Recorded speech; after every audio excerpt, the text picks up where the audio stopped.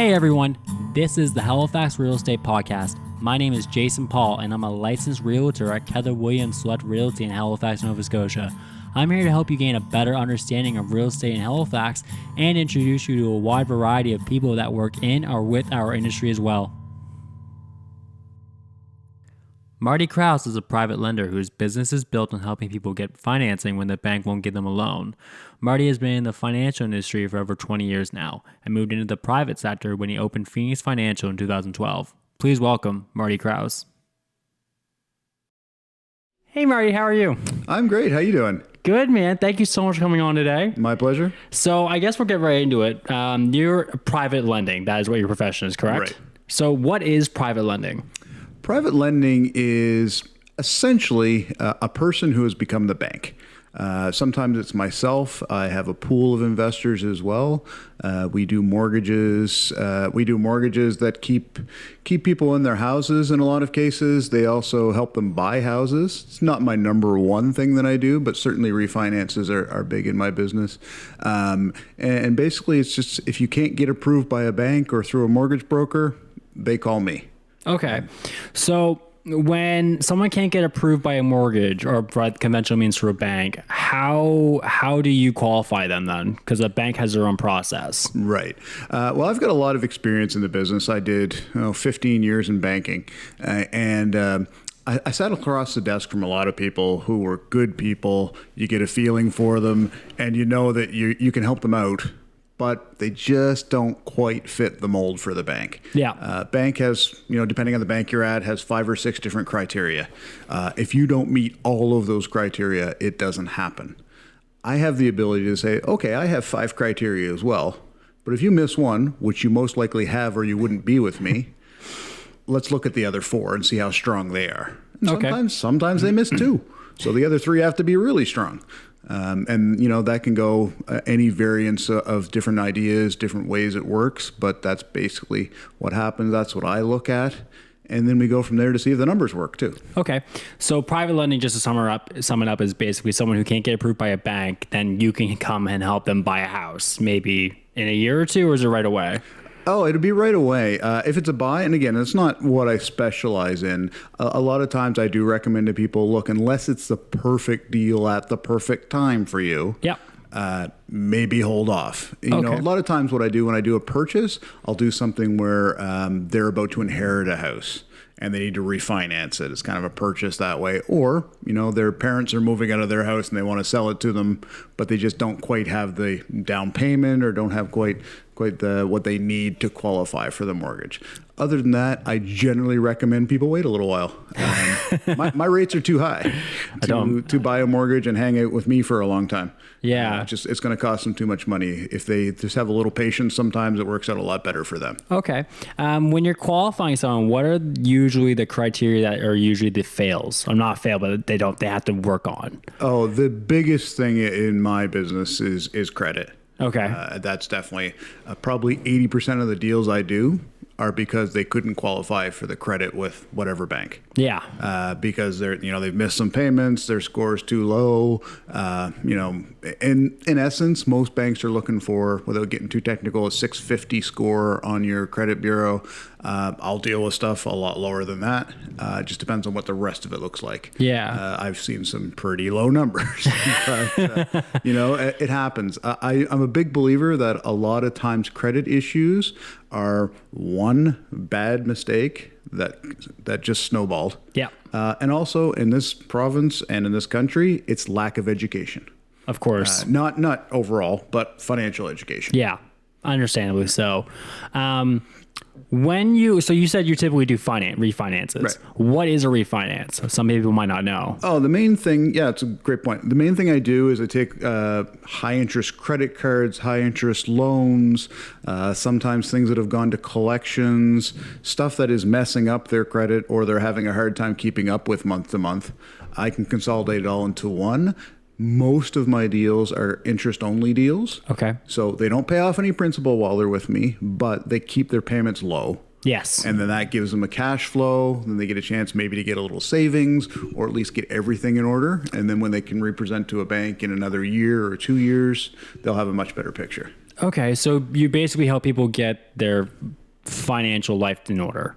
Right. I mean, a lot of people will call it bridge financing. I call it that from time to time. Some people call it equity lending. Yeah. I'm the bridge in essence to get you from point A where you're at, where you're not getting qualified for a mortgage, to point B where you will have 4 or 5 banks saying, yeah, we'll approve you. Okay. So how does a deal typically come together in terms of like what are the terms of that deal and what does that look like for you? The majority of the deals I do are either 1 or 2 year deals. Okay. I have occasionally gone past 2, but 2 years is really my, I'll call it an elastic limit. I certainly have bent it a few times, but 2 years is kind of my ideal time period. The reason 2 years is if you can't fix it in 2 years, it may not be fixable, sadly. Or if you can't fix it in 2 years, sometimes your bad habits creep back in, and then you start to get better and better, and then you start to get worse. Yeah, and then it becomes a bit of a mess. But so 2 years is kind of my outside limit. A lot of mine are 1. Sometimes I'll do them for 3 months or 6 months. It just depends on what they need at the time. Yeah. One thing that banks will not refinance is money owing to CRA. They just will not do it. I've worked for banks, like I said, for 15 years, and I've still yet to have anybody tell me why. Nobody knows why, but they won't do it. I will do it happily. Okay. And what will happen is after it's paid off, the bank will look at it and say, oh, well, we're paying off Phoenix Financial. We're not paying off CRA. So, yeah, we'll do it. A lot of times I have pre-approvals when I do those. The bank will say, yeah, like we approve the numbers. We just can't pay that off. So once that's paid off, we can do it. Oh, interesting. Yeah. So I'll have a deal. I've done a couple that probably took 6 weeks from start to finish, from the time I get it done to the time it was refinanced somewhere else. Okay, and refinancing on the house, correct? Or refinancing? Are we talking about refinancing on the debt or refinancing on the house? Both. It's another mortgage. They pay out my mortgage with another mortgage normally. Yeah. Okay. So that might be there's a lot of technicality in that sentence. So when you say, so let's say someone has a typical client, right? Poor credit. Maybe they have a CRA debt. They want to refinance. Right. What exactly are you doing when you refinance with them to help them clear that debt? Okay, I'll use a simple example. Okay. They have the house with no debt whatsoever on it. Okay. House is worth, not in Metro Halifax, but somewhere in Nova Scotia, house is worth $100,000. Definitely not a term. Yeah. But anyway, so it's worth $100,000. So I have a limit of 75% of the loan to value, or 75% of the value of the house. So $75,000 in this case is the maximum I will lend against it. Yep. So let's say, for the sake of argument, they owe $40,000 to Revenue Canada, and people tend to owe a lot to Revenue Canada. It's not $1,500. No. It's a lot, because generally a lot of times what they are business taxes that they've misunderstood what they were supposed to do or how they were supposed to do it, and the government lets them fall behind by quite a bit sometimes. Yep. And then it's a mess. So let's say it's $40,000 in credit to the government of Canada. I'll take a look and I'll say, okay, well, the house is worth 100. There's no debt against it now, I should say. And so I'll lend them the 40,000. There's legal fees to get the mortgage done. Yep. The borrower pays all the legal fees for the borrower and for the investor. Okay. They also, generally, these deals come to me from a mortgage broker who hasn't been able to approve them. Well, they get paid as well. Yep. I mean, they get less than if they had done the mortgage, but they get a referral, basically. They get something. Yeah, and then I charge my fee. My fees are up front. Part of my fee goes to the investor as well, and I don't make a penny after that, unless it happens to be my money. But if it's somebody else's money, like the interest rate that is charged, I don't make 1 cent off that. Okay. That's all goes to the investor. That's all their profit. Okay. So then I look at it and I'll pay off the CRA debt, and they'll have a mortgage on their property by the time it's all over, depending on how long we do it for, et cetera, we're looking anywhere from 45 to 50,000 total. Okay. On their property. Yeah. Then hopefully in 2 years or 1 year, depending on how bad it was, they'll be looking at Bank of Nova Scotia or TD or whatever, one of the other banks, and they'll look and say, yeah, we'll give you a mortgage on your property. We'll pay out the Phoenix Financial. Yep. And they'll pay 50,000 or whatever it happened to be, and they'll have a mortgage with a much lower interest rate for generally a much longer term as well. Yeah. 20, 25 year mortgage probably. Typically, yes. Yeah, and they'll have that for then until they pay it off and they don't have to worry about their credit anymore, hopefully. Okay. So we set them up for success. Now, I want to get into one thing because I think I want to make this clear if I understand it for myself. Yeah, you mentioned taking a house, no debt, the homeowner owns that, right? And you're taking out $45,000 to $50,000. Is that a lien against the property? Would that be? Yes. Okay. 100%. So that is a loan against the property, against title. It's a mortgage the exact same as if RBC had done it. Yes. And the client is to pay that, and your term is 1 to 2 years or however long it takes. Exactly. And so that means that either the debt is paid off entirely, or after a year or two, when they fix the credit or you fix whatever the problems are, you go to the bank and the bank says that they'll pay you whatever's left on whatever's left. It's paid off entirely one way or the other. It's either paid off by a loan they get somewhere else or a mortgage they get somewhere else, or they knew they were having, let's say for argument's sake, an inheritance coming, or they hit the lotto, whatever it may happen to be. I've had a lot of different circumstances since I've been doing it. I haven't had anybody hit the lotto yet, but it's getting close. But so whatever means it is to pay it off, that's what they do. They pay me off and they're done. Basically, the only fee they have at the end is a discharge fee, which you'll have with any mortgage that is being closed. Yeah, it's a paperwork fee essentially, and I don't make any money off that. There are other people out there that are charging a few $100s on top of the fee for signing their name, essentially. How much is the fee? Fee's around $400, give or take, and I've seen other brokers private lenders charge $700-800 for it. Really? I don't do that. I appreciate that. Occasionally, if it takes a lot of work on my part, back before COVID, sometimes you had to go directly to the lawyer's office to sign it.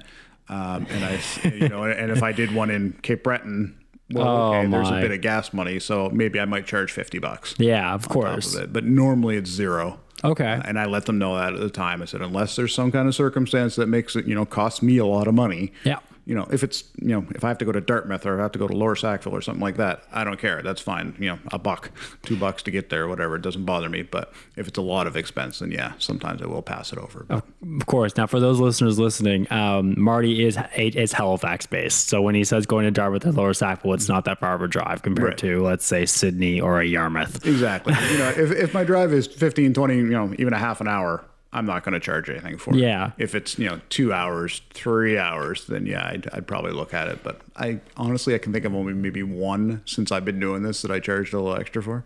Maybe. New Waterford, Cape Breton? Because that's probably the farthest. I did one in Margaree. Oh, okay. Yeah, I believe that was a fun drive. Yeah.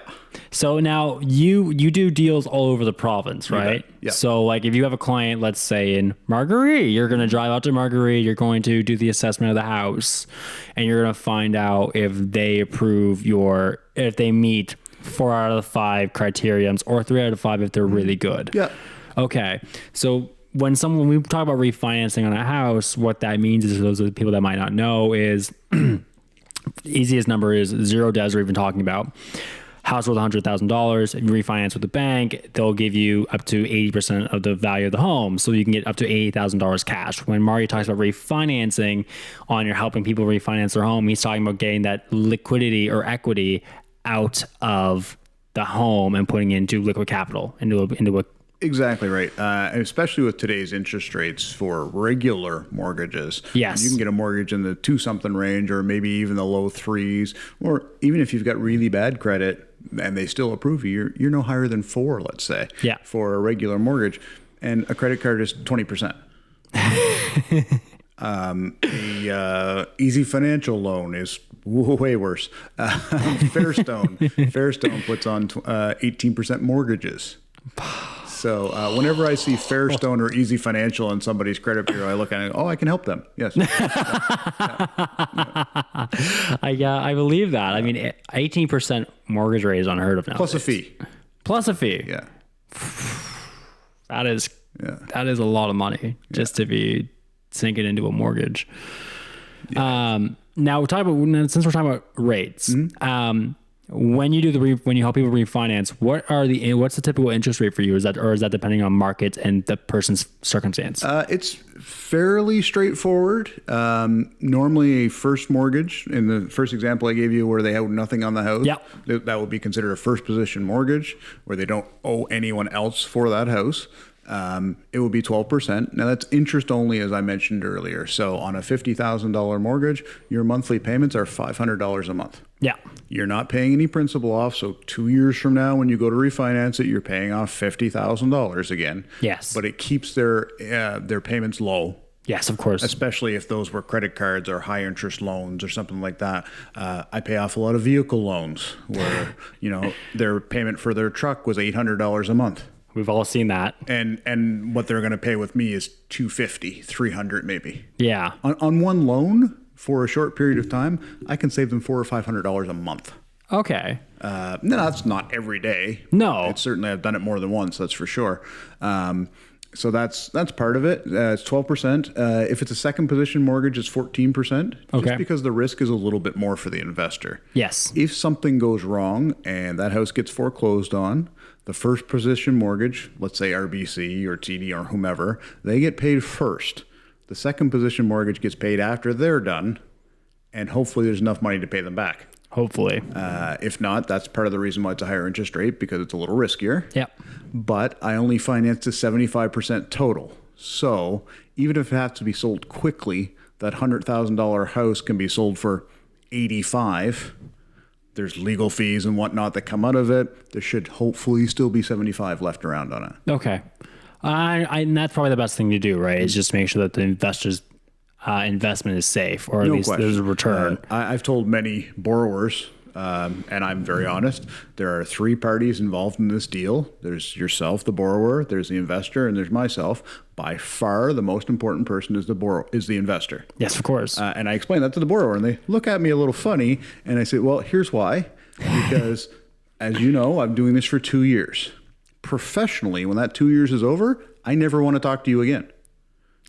I said, you're a nice person. If you want to go out for a coffee and chat or something like that, I'd be happy to talk to you again. I said, but professionally, you should be out of whatever difficulty you're in and back on track where you're talking to a bank for all your financing needs. Yes. Now, on the other hand, the investor, I want them with me for the next 20 years. Of course. So I want to keep them happy. Yep. So I'm pretty diligent about what I do, and I worry about things getting written off, that type of thing. I won't say I'm tight on lending, because I'm in a private lending game, so I can't be tight on lending, or I wouldn't do any. But I'm very cautious, and I do a lot of research on the clients and the situation. So. Now, for the investor side of it, because this is interesting. If you have someone with a lot of capital and money to play with, that could be an interesting way to invest your money or park your money. What's a typical return you see for your investor? They get every penny of the interest rate itself. So let's say on a first mortgage, they get 12%. Yeah. Plus they get a portion of the fee I charge as well. Depending on the rate, on the amount of the mortgage, they're going to get probably, maybe another $1,000 on top of that. That comes out, and that goes right to them. They get a check as soon as the mortgage closes for part of it back. So right away, they've gotten a return on the mortgage. Even if the client never makes a payment, right away, they've gotten a return. Oh, okay. How much money do they, no, typical investor, right? Let's go back to the example of zero debt, $100,000 home, $50,000 equity stake or lending stake. Are they putting up the whole $50,000 to cover that, or how does that work for the investor side? Normally they are. It depends. I've got investors that are $25,000 investors, and I've got investors that are $400,000 investors.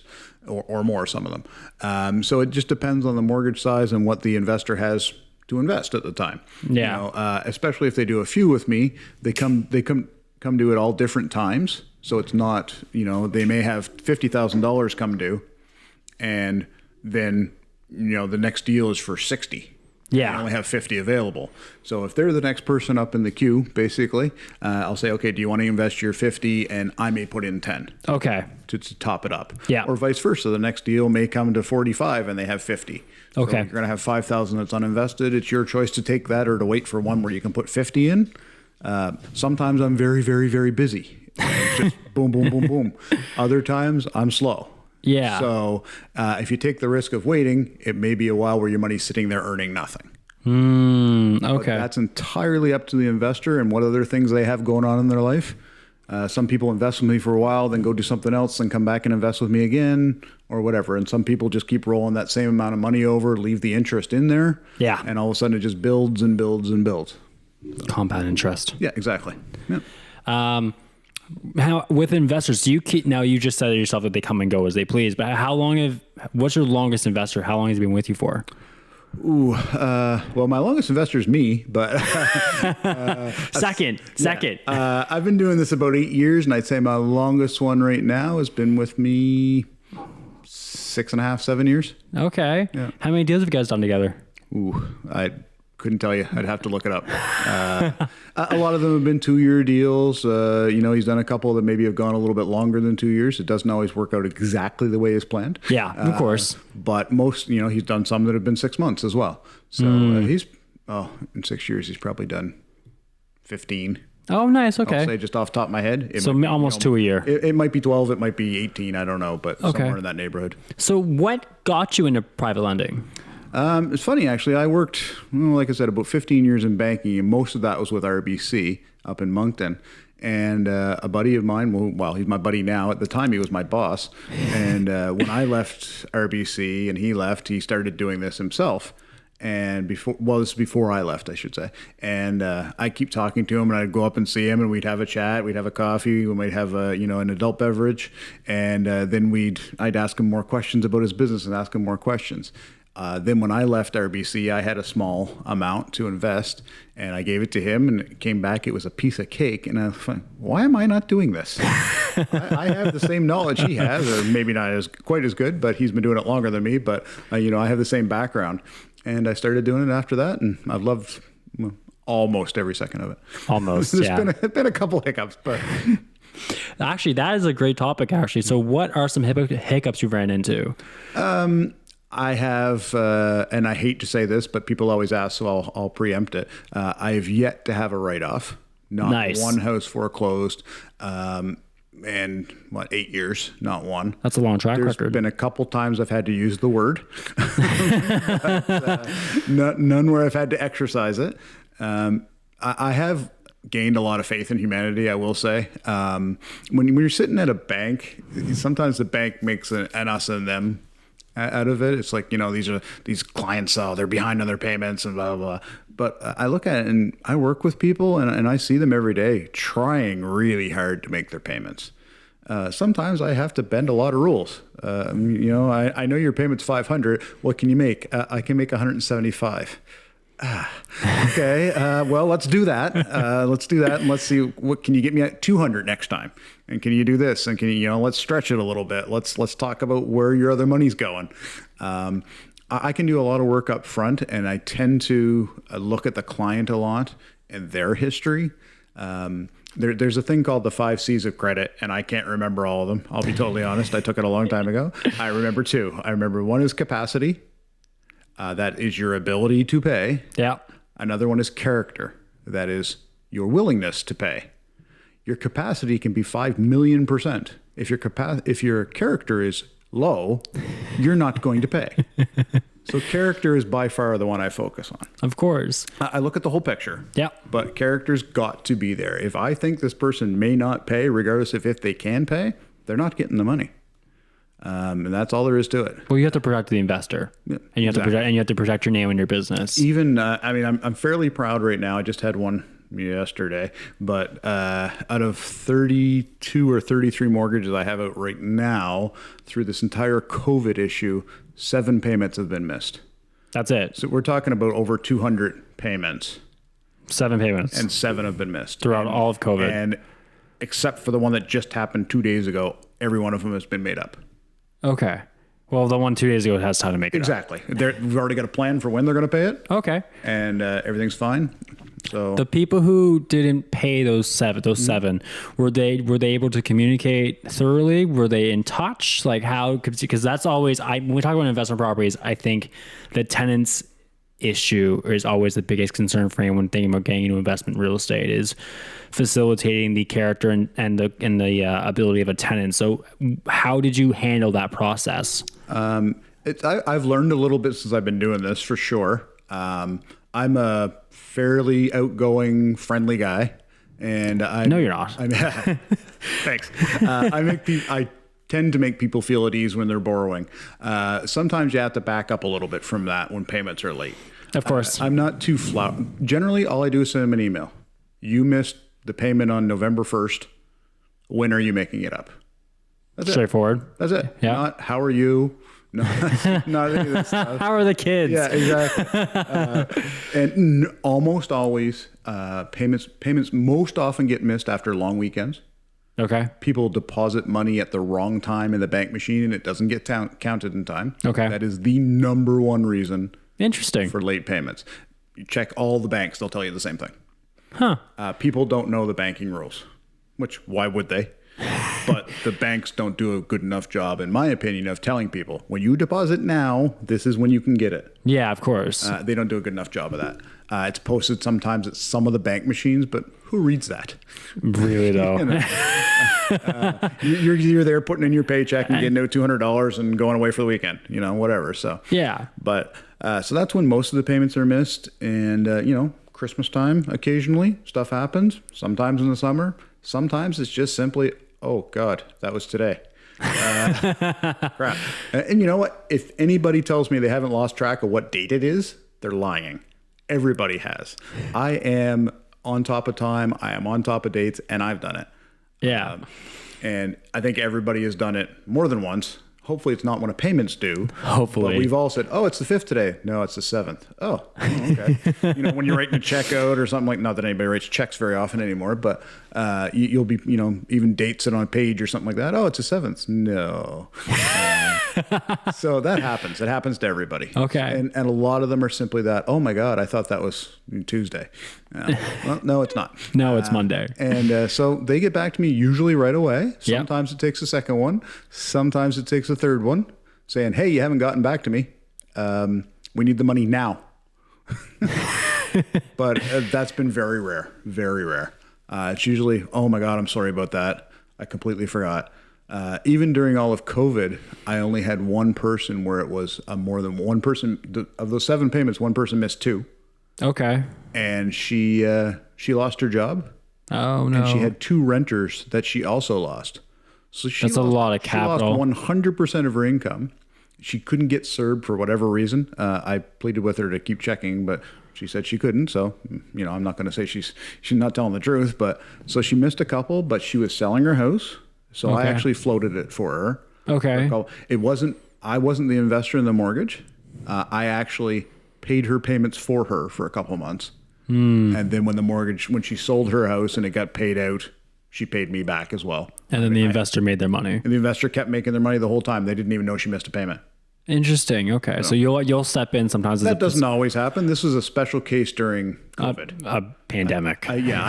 I've covered, a little bit here and there before over 8 years, but I'm saying I did it maybe 3 other times in 8 years. Yeah. This one I did just because it was a special circumstance and I knew she was trying. She went out and got herself another job, right away. So yeah. It wasn't something where she was being a victim. No. She was trying her damnedest to get out of it. So. And that comes down to the character aspect that you talk about, right? No question. So now the character is probably the hardest thing to determine in a human being. Yep. It's a conversation that comes up often, particularly in my industry of realtors. Yep. Judge of character. What are things that you look for to find that are trademarks of a good judge of character to be able to understand that you can lend to them? Yeah, it's tricky. There's no question about it. I'll say one thing that helped me out a lot is I worked for 7 years in phone banking. So I took a couple hundred calls a day. Okay. 150 calls a day, 200 calls a day, occasionally more than that. So you talk to a lot of people. You hear a lot of tones of voice. A lot of communication is nonverbal. Yep. So, sitting with someone is a big help. But when you have the training I have and the experience I have over the phone, you can hear a lot of that over the phone as well. Yeah. You can hear the pause and the inappropriate time. You can hear a few other things. Or you can hear, hey, this person's upbeat. They're looking forward to it. They got everything lined up. They know what's going on. You can get that as well. Then I look at their credit bureau. Okay, well, what did they say happened to them? I always ask the question, why are you where you are now? I ask the broker that first. And if I don't get a satisfactory answer from the broker, I go right to the client and ask them, like, what happened? You were making a lot of money, you were doing this, how are you behind? And a lot of times the answer to that one question will be a really good determinant as to whether they get to borrow money or not. Yeah, of course. I look for people to take responsibility for what happened to them or what they did. Yeah. Not necessarily what happened to them. I shouldn't say it that way because I don't like victim mentality. Oh, this happened to me and then that happened to me. A lot of stuff happens to a lot of people. Every day. You can't prevent yourself from getting ill. That's a reasonable reason to fall behind. You cannot, in a lot of cases, prevent yourself from losing your job. If you keep quitting jobs, that's a different story. Or if you lose a lot in a row, it might not have been the circumstances, stuff like that. So I look at that and I look at it pretty hard.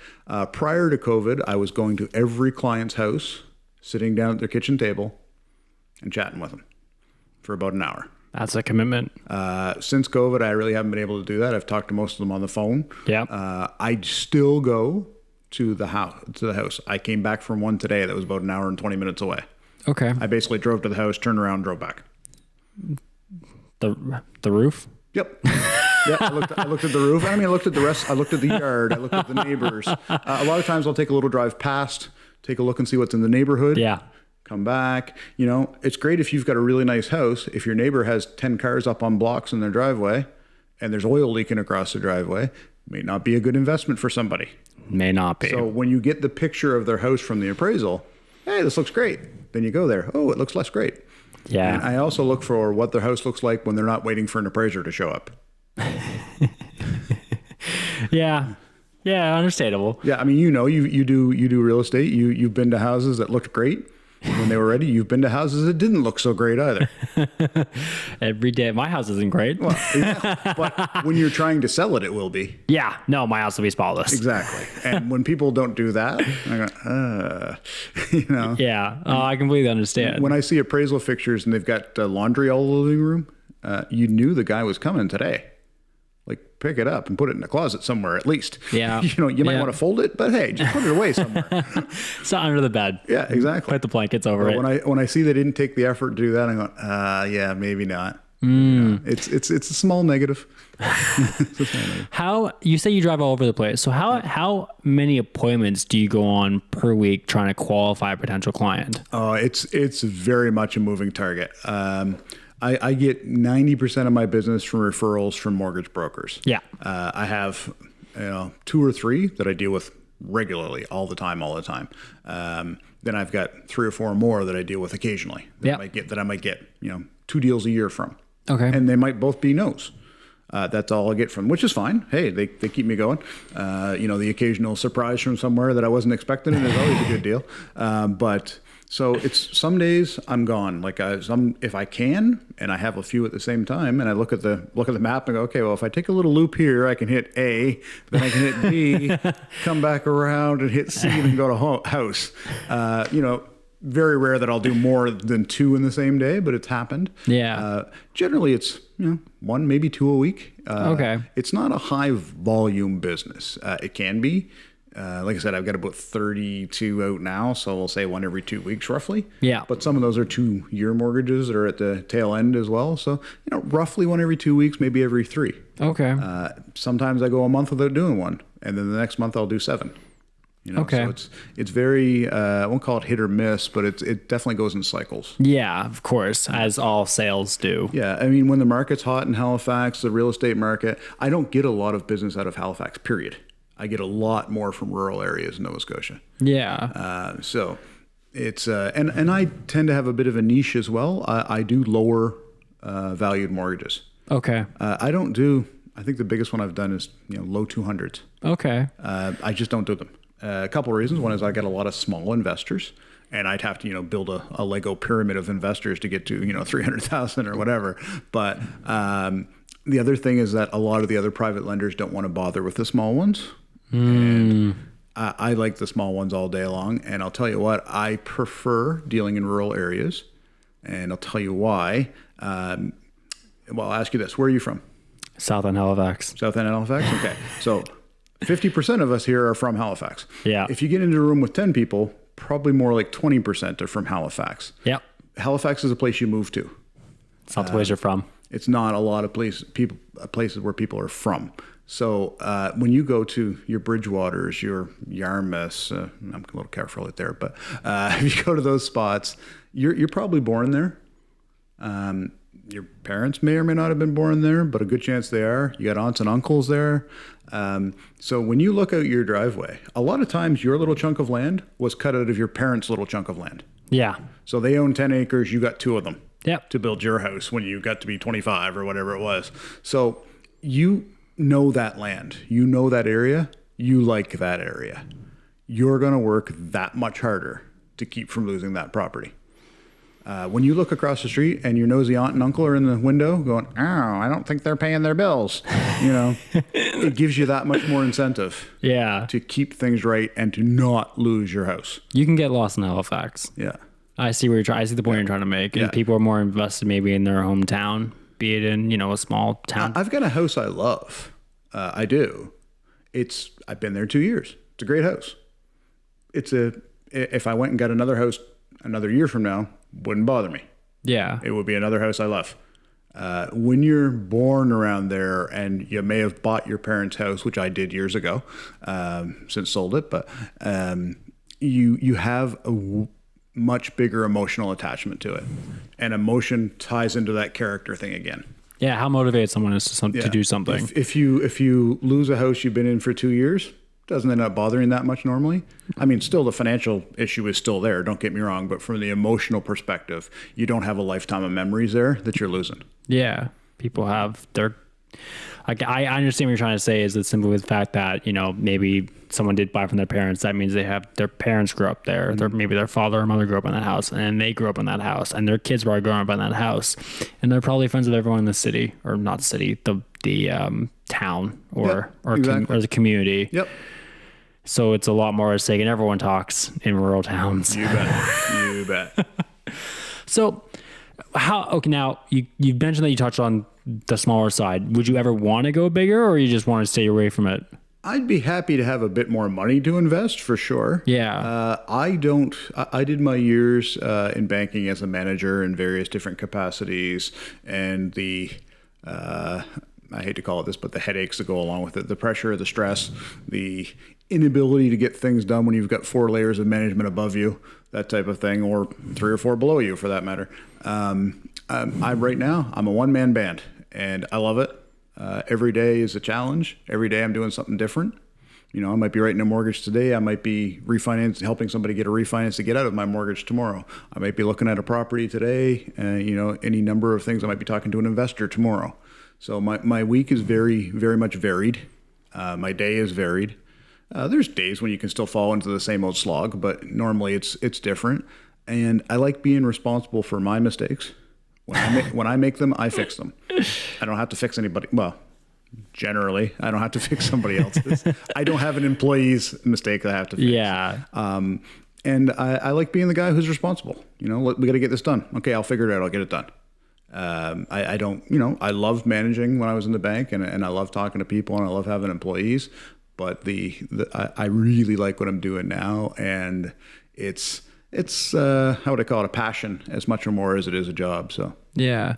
I'm going to bring this way back to the beginning because you said something that I've become a real advocate for, and that is financial literacy or financial education. Now, when it comes to mortgages and payments and debt ratios, what is it that you see as a fundamental base knowledge that people are lacking when it comes to handling their debts or handling their turnovers? Because it does happen more often than not when someone gets behind and someone has to end up selling a house. Yeah, there's 1,000 different reasons why it happens. Yeah. I will say that if I want to drill down and say, financial literacy problems, we need to start teaching it in junior high, not in high, and we don't do much of it in high school either, but we do start it in junior high. If anybody out there has children in the teens, get them into junior achievement if it's all possible for them. They will learn a ton. There's other things as well, but there's various different junior achievement programs that are available. If it's available at their school, encourage them to get into it. It will teach them so much for down the road. One thing as parents we need to talk to our kids about money. not hide it. And the sooner you can start them getting on an allowance, the sooner you can get them paying for their own things occasionally. Say, listen, I'm going to give you the money for it, but you've got to make the choice. Okay. And there is no more money. This is what you're getting. Go buy the best thing you can buy with it. They learn about thinking about purchases beforehand. It's not just emotion. They also learn about buyer's remorse. Oh, I got this ball and Jimmy got that ball and I like his ball better. Well, next time you'll think a little bit more before you buy something. Yeah. And we all, especially when we get in financial difficulties, the kids don't need to know every detail by any means, but if you've got to cut back, you need to tell the kids, we're cutting back. Here's why. Yeah. They don't need to know the nitty gritty of it. You don't need to know you're falling behind in your payments. They need to know, listen, we only have so much money to spend every month. And, we're going to change how we spend it. And they will start to realize that. They don't need to know the details, but when they grow up, they'll think, oh, my parents had to scrimp and save too. Yeah. And I saw what they did. So, A, I'm not ashamed of it. And B, I've got a little bit of an idea how to do it now. Instead of some kids just get everything they ask for. or even if they don't, they're never told, well, you know what, that's really expensive. Yeah. They think everything's like the same price. If you ask a kid, what does a television cost? $5? No. Add a zero. Yeah. Add a zero. Yeah, exactly. So we need to talk to our kids about it. And but when you get a little older and you start getting your finance, one of the things I've been lucky enough to teach a couple classes here and there at community college, and just one day or a couple hours here and there, but I always say to them, I said, so listen, everybody here drives, yeah. So when you learned how to drive, you just hopped in and went, right? And they kind of look at it. I said, no, you just, you grabbed the keys, you get behind the wheel and you drove away. Well, no. I said, well, what did you do? Well, my parents taught me, or Young Drivers of Canada, or I took a course, or I read the manual, et cetera, et cetera. So great. And when you got your first credit card, who taught you how to use that? I said, you just got in it and drove away, didn't you? Yeah. And they said, yeah. I did. Yeah, so did I. Look. First off, if you sit in a room with 3 people, one of them is either having or has had credit difficulty. Guarantee you. Might be 2 of them. But so when you learn how to do things, like everybody gets their booklet with their credit card, nobody reads it. Nobody. Which there's a point behind that. They make it so you don't want to read it. That's for sure. But it's A, it's small print. B, it's 92 pages. Nobody wants to read that. No. But you need to, most of them, if not all of them, come with a highlight sheet. Here's the interest rate you're paying. Here's what happens when you miss a payment. You need to read that sheet. Huh, I didn't even know it came with a highlight sheet. Yeah, they will. They'll come with a summary. Here's your fee if you're paying a fee. Here's what happens if you miss a payment. If you miss 2 payments in a row on most credit cards, your interest rate that starts at 19.99 goes up to 24.99. Then you have to make 6 payments in a row to get it back down to 19.99. Wow. Nobody knows that. And that's not every card, but there's a lot of them like that. Yeah. Okay. Huh. And nobody knows it because nobody takes the time. They don't explain it well enough. They don't explain the downside of anything at a bank, to be totally honest. Yeah. Or most things, for sure. The good employees will. Yep. But sadly, they're fairly rare. Yeah. And even the good employees don't always tell you what's going to happen if you miss a payment. They'll tell you, keep your payments up to keep your credit going, but they won't say, here's what happens if. Yeah, of course. Because everybody says, well, they'll say, if you miss a payment, well, I'm not going to miss any payments. Well, no, of course you won't.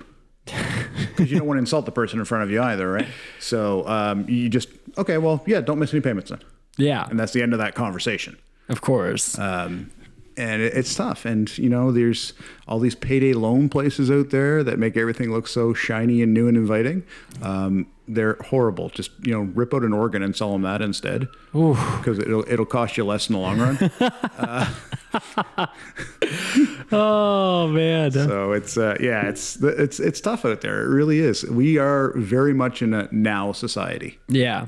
Look, I'm older than you, but when I was a kid, my parents didn't have their first credit card until I was in my mid to late teens. Really? Yeah. And back then it was an American Express, and American Express was different then too. They didn't have any credit cards. They had charge cards, which meant at the end of every month, you paid off your balance in full. Oh. Yeah. So it just allowed you to do things like, hotel rooms and, book something over the phone. Yeah. Because, I'm not that old, folks, but there was no internet when I was a kid. So it's... Does dial-up count as internet? Yeah, there was no dial-up either. Sorry. But so things have changed dramatically, but we haven't changed how we teach. Yeah, I understand that. You didn't have to learn about credit when you were, 40 years ago because you didn't have it. So what did you need to learn? You might get a car loan, maybe. A lot of people still saved up for those. Yeah. And you got a mortgage. I found my parents' first mortgage the other day. It was for $18,000. Back in 1973. How much did you buy it for when you bought it off them? A lot more than that. Thought so. Yeah. But it's the financial world has changed with the times. Yep. Financial literacy hasn't. Everybody, 40 years ago knew how to save money. It's not that hard until you get to today's world, and it's very hard to save money now. Yeah. When you can tap your card and spend money without ever having to touch cash, you don't realize how much you just spent. And everybody does it. Yeah, I know. But that's how it goes so quickly. I'm thinking about how much I spent on Christmas presents this week. I'm waiting for mine. I'll check the mail. Coffee. Nobody went out for coffee 40 years ago. You made coffee at home. And you might have a travel mug to take it with you. Yeah. Might. Now I got Starbucks. Yeah, exactly. I will tell anybody who will listen, people go bankrupt $50 at a time. It is not the big purchases that make most people bankrupt. It's the overage of day-to-day, week-to-week spending. It is not that big car. A lot of people have a bigger car than they need. Wait, I got to bring this up before I got to stop here because that big car, and for anyone listening, if you're planning on buying a house in the next year, please don't buy a car. That's right. I have seen that big car ruin every pre-approval. Yeah. Like consistently. It's always the same thing. It's like, oh, I just bought this new F4 F-150. How much are your payments? Oh, X amount of dollars, high above 500. Yeah. Go to the bank. I'll send a mortgage for pre-approval. They can't buy until that car's paid off. Yep. They can't buy until I thought of this because my good friend of mine just bought a new car, got a job, he's been talking about buying a house within the next year. And I sent him a text that, hey man, congratulations on the car. And he's like, thanks man. Like, I'm really excited. And then his next text was, will this affect my home buying process? Like, cause I think it already has. I thought debt. I think he thought with the debt ratio because we talked about debt ratio and I'm like, yes, this will hurt your purchasing power. Well, it's funny because we all call it buying, and I do as well. We don't buy cars anymore. We rent. We get a loan on them or we lease them. Yeah. When you used to buy a car, if the car was $18,000, you paid $18,000 for it and you walked away. Yeah. Now we do it all on credit. And again, I'm no different. I've got a lease on mine, same thing.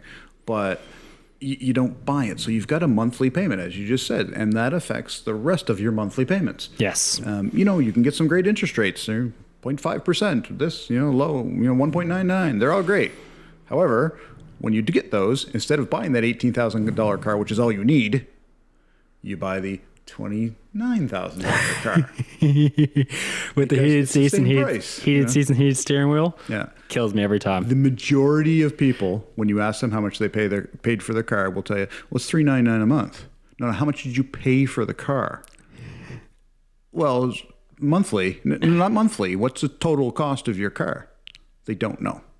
That's shocking. They do not know. Mine's in my banking app, and I look at that thing every 2 weeks. I look and see how much it's gone down because ever since we bought the car, I now stare at my bank account in anger, being I'll never buy another car through a lease or a financing again. Yeah, I mean, listen, if you want a fancy car and you can afford it, go buy it. Go get it. Yeah. Get a loan, get a lease, doesn't matter. If you can afford it, go do it. What happens is we all get the I want that mentality when we can't afford that. And every single person I know, including me, has done it at some point in time. Yeah. We've all done it. I could get level 1, but for another $100, I can get level 3. And why wouldn't I want level 3, right? And we've all done it. So. Now, I do want to bring this back into investment, the private lending, because I want to end this on a good, because I want to end this on a great note, because We're almost done. But how of those 32 deals you have going on right now? Yep. How many of those deals have your own stake? Am I the investor on it? Yes. That I'm the sole investor on, probably 4 or 5. Okay. And how many do you share? Probably that many or more. Okay, so you have about 30%. Yeah, roughly. It might be lower than that. We'll call it 25%. 25%. Neighborhood, yeah. Okay. It's one of those things where I finished one yesterday. Yeah. It was a $35,000 mortgage. The person had about $25,000 in their tax-free savings account they wanted to use. I had some money in my tax-free savings account, so I put an extra 10 on top of theirs. We did a $35,000 mortgage. Okay. So I do have investors that start at $23,000 and upwards. So you're not going to find very often a $23,000 mortgage, even if it's a second, and they only need $23,000 because the time you get some fees on it and you pay off that extra card, et cetera, et cetera, et cetera. Most credit card balances, shockingly, are not $2,000. They're $18,000. Or 7 or 9 or 12 or whatever. So, yeah. So when you get a couple credit cards, all of a sudden you're into $30,000. Yeah, it's horrific. So it's I piece together a lot of deals for people who wouldn't be able to do it. In some provinces, you're actually not allowed to do that. One person has to hold the mortgage. If that comes here, which it may at some point, I'm going to have to change my business model a little bit. Yeah. Sadly, a couple of my investors will probably have to look elsewhere for different types of investments. It's nothing I can do about it, sadly, but we'll see. It hasn't happened yet. It's not going to happen next year, but it might the year after. So, do you think so? I've heard rumblings. Okay. So, but I have no fact on it yet. I know they're making changes. So and just to clarify what you mean by that is, so you can only have one person's name on the mortgage. Is that what you mean? I'm just trying to get clarity on it. Only one person can be the lender on it. Oh, okay. So instead of John Smith and Marty Crouse, yes, it can only be John Smith or Marty Crouse. Okay. And would the bank be a name on that too? The bank would be separate. Okay. So as the individual lender, so let's say there's no mortgage, the first lender can only be one person. Yes. If there's already a lender on it with Bank of Nova Scotia and you're doing a second, that can only be one person as well. Oh, okay. Unless you're a married couple or a cohabitating or whatever. Yeah. If you're a couple, then you can have both names on it. You can do part from each. Okay. But I need to stop paying your game up. Yeah, there you go. Exactly. So again, it hasn't changed yet, but I've heard rumblings it will at some point. So. Okay. And the only reason I asked that question is because I know for a fact that just like a lot of people want to know when talking about investors or people in our industries who are self-employed, they want to know if we've done these deals before for ourselves. Yep. And I think it's a great cosign for you and your business to say, yes, I do these deals. My own money is at stake. I am involved. I do this. A lot of the deals I share are with first-time investors with me. Okay. And mitigate the risk? Well, it lets them know that I believe in that deal. Yeah. It's easy for me to say I believe in it, but if I'm willing to put my money into it as well, then they understand, he believes in this. I have told people, and it is definitely the truth, that I have a list of deals that I have done that I wouldn't even present to anyone else. I've done 3 or 4 over the years where, there's no way anybody's getting this. Either I'm doing it or nobody's doing it. Is that because the deal's too good or too bad? Too risky. Okay. Too risky.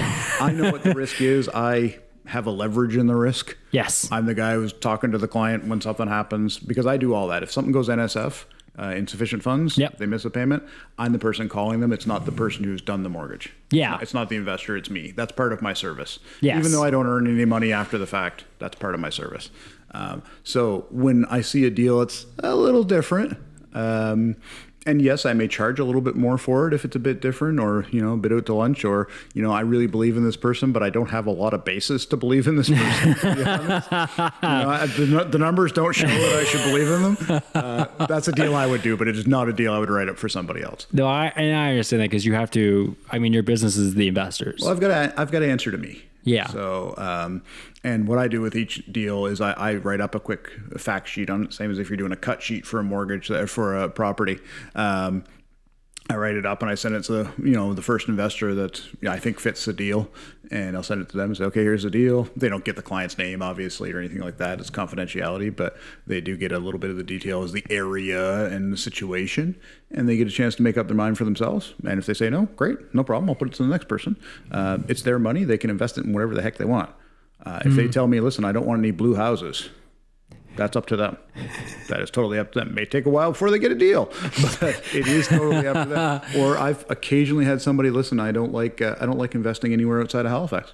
Okay. That's fair. No problem. That's your money. Yep. It's going to take a while. Yeah. Yeah. And if the first one comes mature at the wrong time and you want to do another one, it could take a lot longer. Define if it comes mature. If they pay with their mortgage. Yes. Okay. So if it's done, you've got your money back and you want to reinvest it. It might take a long time to look for another one. So. Yeah, Halifax. I mean, the price point you're talking about, Halifax is.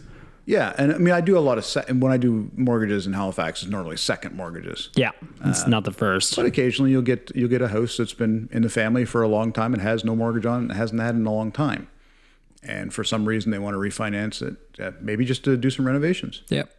And they'll do the renovations, and I can finance it. It's maybe only $30,000 on a $300,000 house. When it's that small, I don't even ask for an appraisal. Like, okay, I know this is nowhere near 75% of the value of your home. Yeah, of course. And I mean, I'm not an appraiser, and I'm not a mortgage broker, and I'm not a real estate agent. I do have a decent idea of values of houses. I'm not perfect by any means, but I know the difference between a $300,000 house in Halifax and a $150,000 house, because the $150,000 house doesn't exist. I mean, there's a couple, but they're not fruitful. I wouldn't call them houses. Yeah, exactly. Land. Yeah, exactly. So it's I make sure I do all that research ahead of time, and if I don't have to charge the client for an appraisal because they pay for that as well, I don't. Yeah, I don't get one if it's not necessary. Do you are you involved in any other investment strategies other than the private lending company? No. I have been over the years. I've done lots of other stuff, but now that this is my business, I am all in 100%. Okay. This is what I do. So when I first started, the only money I had was mine. So before some people come and sought me out, and word of mouth got around a little bit. So, but no, I'm fully invested, and and I tell people all the time, well, how much, they ask, well, can I invest? Sure. How much do you have? And they'll say, well, I have $100,000. And I'll say, is that your entire nest egg? Good question. If they say yes, I say, okay, I don't want any more than 50 of it. Okay. Right. Start small, maybe even smaller than that, depending. But I don't want the responsibility for your entire retirement nest egg. Yes, of course. That's too much pressure on me, in all fairness. But it's not a good idea for them to do that regardless. I wouldn't recommend them putting $100,000 into Bell Canada stocks either. No. Regardless of what it is or how safe it looks, I wouldn't recommend anybody put, as they say, all their eggs in one basket. So, aside from me, because that's what I do. I gotta fund my job, basically. But yeah, I get it. Yeah, but I talk people down sometimes and say, well, you know what? Why don't we start small? See what you think of it. And sometimes I get people where you can tell it may not be their deal, but they want to try it. Yeah. And so, okay, you know what? Why don't we start with a $30,000 mortgage? I happen to have one now. What do you think of this? Why don't you give that a try? When this matures, when it comes up in a year, refinance or whatever, and you want to add more, hey, we'll definitely talk about that. Okay.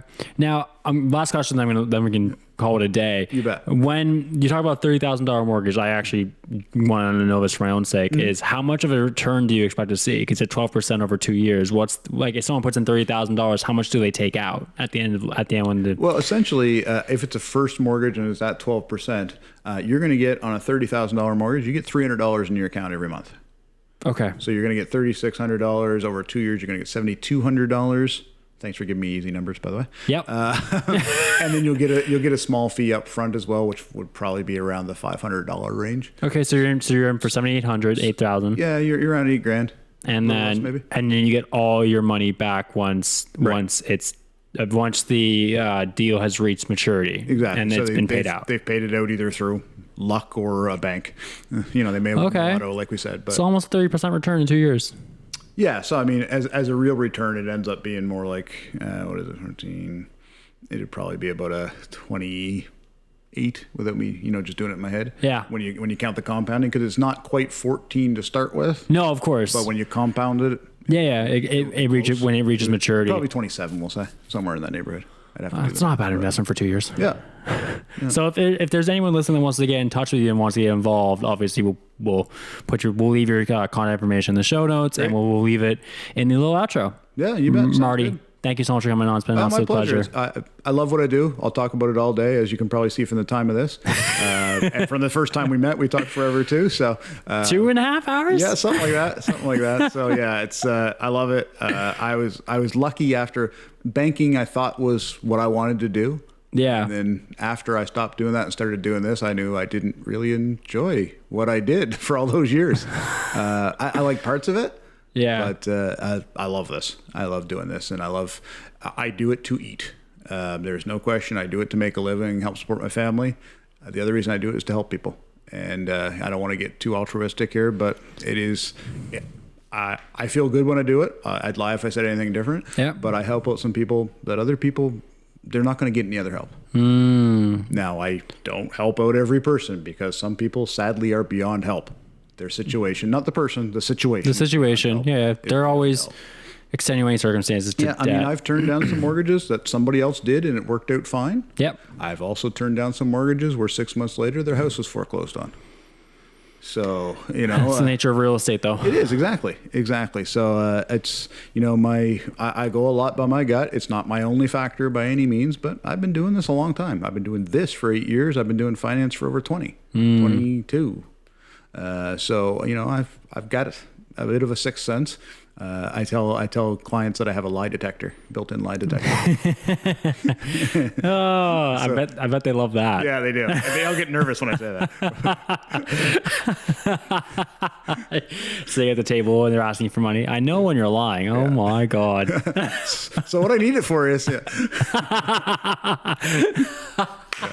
The clients don't just get a blank check either, by the way. If you're an investor out there listening, if they're paying off bills, they get paid off by the lawyer. Okay. If they're doing renovations, depending on how they're doing it, yes, the check will be cut to the person doing the renovations. Yes. If they're doing it themselves, and that's a different story, they'll get them stuff through. But I want to see, by and large, I want to see some receipts. Yes. There's always different factors when you're doing your own work. Sometimes somebody in the business and you can get some stuff cheap. Yeah. That's fine. That's great. Good for you. I want to see some paper trail. Yeah, of course. Because I'm not just, I'm doing right now, I'm looking at a $50,000 mortgage. About 13 of that's going to be for the roof. And the broker came back and says, well, her son does it for a living and he's going to do it. Great. I want to see the price for the materials. Yeah. Yeah, you need to know. Yeah. You need to know that stuff. I don't have to see where every penny went, but I want to get a good idea that, that the other $3,000 isn't going to be spent on a trip. Now, right now, you're not going anywhere anyway, but... you could always go to the valley. True. You can go to Cape Breton. I just came back from the valley. You could. There's always a trip. Cape Breton's gorgeous this time of year. It's true. But I want to see that. But from the other aspect, I want to see where the money's going, but I don't have to be controlling about it. From the investor's point of view, and people will say, why would I invest with you? Well, good question. But technically, you're not investing with me because I never touch your money ever. Interesting. You give your money to a lawyer who does the mortgage and pays it out to the client, pays out their credit cards, gives the remainder to them in their account, takes their fees out of it, and moves along. I don't take people's money. Now, occasionally I will pick up their draft and I'll take it to the lawyer for them. But other than that, no money comes to me ever. I get paid by the person who's borrowing the money. Okay. No percentage of the investor's money ever comes to me. Interesting. So it's all facilitated through the lawyer. Yeah. As it should be anyway. Exactly. And that takes any possibility of malfeasance of any kind out of the equation. Yeah, because you're going through a third party that is actually, and is it the client's lawyer or the investor's lawyer? It's the investors. A lot of times it's both. Okay. If they sign a waiver, they can both use the same lawyer. Yeah. I always get the same lawyer to do the paperwork. Yes. Now, the borrower may sometimes say, well, I have my own lawyer. Great, no problem. We'll do up the paperwork. You'll do the signing there. There's no problem. You'll end up paying both lawyers something. That's entirely up to you. Yeah. But I always say you're more than welcome to get your own lawyer if you don't have one, or I can provide one. Yeah, of course. I know. I only ask because it just makes sense that it would make sense that if you're giving it to a lawyer, that lawyer would at least have at the minimum, both parties' interests at their heart. Yeah, and it's tough, and it's something where, of course, like I said, both parties sign a waiver. Yeah. The other part is that if something happens and there is a foreclosure down the road, both parties have to go get a new lawyer. neither one of them can use the original lawyer. That makes sense. Yeah, you got to wash your hands clean if the deal is going south, which does. I assume foreclosure means it didn't work out. Yeah. Foreclosing because I don't like your haircut. No, but no, and again, it's going to happen at some point. I'd be lying if I said any different. So far, it hasn't. Yeah. But there will be a foreclosure. I can't stop people from getting sick, and I can't stop them from losing their job. Yeah. No matter how much work I do up in the front. If you get through COVID, though, that'll be impressive. No question that the success of this has been part hard work and part luck. Yeah. And I'm not going to say what part is which, just in case. 90-10. Yeah, we'll go with that. Yeah. But yeah, there's as much research as I can do. I can't stop certain things. Yeah. I've had a house burnt down while there was mortgage on it. I've had someone die while they had a mortgage. So things happen. Yeah. Things happen. I can't stop them from happening. It's how did we set it up? Did we put the right precautions in place? When the person died with the mortgage, they were already behind in their mortgage, and the investor got back 100% of their investment and 100% of the anticipated interest. Incredible. They didn't lose a penny. They didn't lose, and they made money. It was it was a perfect storm. They got every penny they were supposed to make, and they got all their principal. Well, back. perfect after someone passed away. Well, yes, for the investor, it was a perfect storm. For the borrower, it was not the perfect storm. No, good point. I've had other ones where the house burnt, and nobody got hurt. That was always the first question. They lost most of their stuff. Yeah. The insurance company stepped in, have built them a new house. So, and they're, been able to buy their belongings back. But the investor has a mortgage on a brand new house now instead of a 45-year-old house. That's incredible. So it worked out again really well. Aside from the shock and sadness of the house burning, nobody got hurt, and there was a happy ending. Everybody's still in good shape. Yeah. So, I mean, the only thing we can do, and I say this when someone asks me what it takes to be a good realtor, I always say your ability to problem solve. That's basic. If you want to be good at any self-employment job, how well do you problem solve? Yeah. Because that's all we do. Yeah. Oh, and that's what I do as well. Like, hey, okay, you need money. What if I do this for 15 months? You don't get a mortgage at a bank for 15 months. No. They don't exist. You can get a 12-month one. You can get a 24-month one. They go in increments. I can do it for, 16 and a half weeks if I want. Yeah. You set the terms. I set the terms. If both parties sign it, it's a good mortgage. Yeah. I look at what makes sense. A lot of times a broker will say, I think I can get him out of this in 8 months and get him into a new mortgage somewhere else. I go, okay, well, I'm going to do it for 12. 8 months hardly ever works. I've got some brokers that are exceptional at moving them along. I've got some that aren't, but I probably just missed that whole sentence.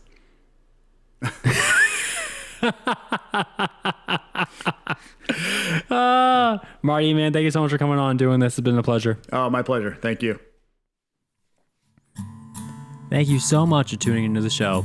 If you want to get in touch with Marty, you can reach him at 902-225-4575 or mcrouse at phoenixfinancialinc.net. And if you'd like to get in touch with me, you can reach me at 902-220-7357 or jason.paul at kw.com. Thanks again. Bye.